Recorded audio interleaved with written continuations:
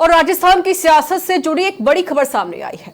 दरअसल देवली उनियारा उपचुनाव के दौरान हुए थप्पड़ कांड में जेल में बंद नेता नरेश मीणा को राजस्थान हाईकोर्ट से जमानत मिल गई है। करीब 8 महीने बाद अब उनके जेल से बाहर आने का रास्ता साफ हो गया है। देखिए हमारी खास रिपोर्ट।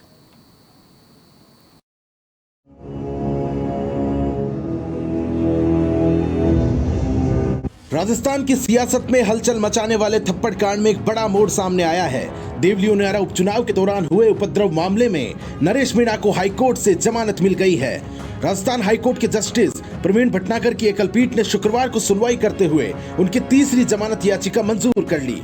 नरेश मीणा के वकील फतेहराम मीणा की ओर से कोर्ट में पक्ष रखा गया। पहले 2 बार खारिज हो चुकी याचिका को अब मामले की परिस्थितियों को देखते हुए स्वीकार किया गया। बारां के मोटपुर गांव से आने वाले नरेश मीणा पर 23 से ज्यादा मुकदमे दर्ज हैं, जिनमें सरकारी काम में बाधा, मारपीट, आगजनी और चुनाव में गड़बड़ी जैसे गंभीर आरोप शामिल हैं। इस बीच राजस्थान विधानसभा उपचुनाव के दौरान 13 नवंबर 2024 को नरेश मीणा ने मतदान ड्यूटी में तैनात एसडीएम अमित कुमार चौधरी को थप्पड़ जड़ दिया था। ये पूरा वाकया कैमरे में कैद हुआ और सोशल मीडिया पर भी वीडियो वायरल हुआ। इस घटना के बाद टोंक पर जमकर बवाल मचा था और समर्थकों और पुलिस के बीच झड़प भी हुई। प्रदर्शनकारियों ने कई वाहनों में आग लगा दी।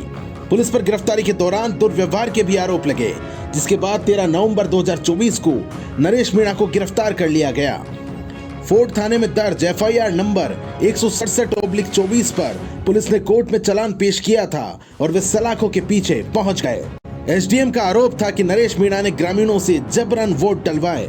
नरेश मीणा समाज में किरोड़ीलाल मीणा के बाद दूसरा बड़ा चेहरा। उनके राजनीतिक करियर की शुरुआत राजस्थान यूनिवर्सिटी में छात्र राजनीति से हुई। वे राजस्थान यूनिवर्सिटी में महासचिव रह चुके हैं। विधानसभा चुनाव से पहले कांग्रेस से जुड़े, लेकिन टिकट नहीं मिलने पर बगावत कर दी और निर्दलीय उम्मीदवार के तौर पर मैदान में उतर आए। विधानसभा चुनाव में कांग्रेस की हार का कारण भी वे ही बने। उनके पिता कल्याण सिंह मीणा 30 साल तक सरपंच रहे हैं। मां वर्तमान सरपंच और पत्नी जिला परिषद सदस्य हैं। अब नरेश मीणा को हाईकोर्ट से तो जमानत मिल गई है, लेकिन शनिवार और रविवार को अवकाश होने के चलते उन्हें जेल से बाहर आने के लिए इंतजार करना पड़ेगा। माना जा रहा है कि सोमवार को नरेश मीणा जेल से बाहर आ सकते हैं। उनकी जमानत के बाद समर्थकों और गांव के लोगों में खुशी का माहौल है और वे इसे संघर्ष की जीत बता रहे हैं। रिहाई के बाद नरेश मीणा सबसे पहले समरावता गांव जाएंगे, जहां समर्थक उनका स्वागत करेंगे और इसके बाद वे अपने गृह जिले बारां पहुंचेंगे। अब जमानत के बाद सभी की नजर इस पर टिकी है कि आगे की कानूनी कार्रवाई क्या रुख लेती है। क्या ये मामला राजनीति से प्रेरित था या वाकई में कानून तोड़ा गया? नरेश मीणा तो सलाखों से पीछे आ जाएंगे, लेकिन क्या उनका सियासी सफर पटरी पर लौट पाएगा? अभी के लिए नरेश मीणा को मिली जमानत उनके और उनके समर्थकों के लिए राहत की खबर है। आगे की सियासत और कानून के सफर से पर्दा हटना बाकी है, लेकिन राजस्थान की सियासत में नए समीकरण बनने की उम्मीद जरूर है। साथ ही उनके दोबारा चुनाव लड़ने या कांग्रेस में शामिल होने पर संशय बरकरार है। ब्यूरो रिपोर्ट, समाचार प्लस। देखो, एफआईआर नंबर 167 में पहले यहाँ से द्वितीय जमानत प्रार्थना पत्र 30 मई को खारिज हो गया था।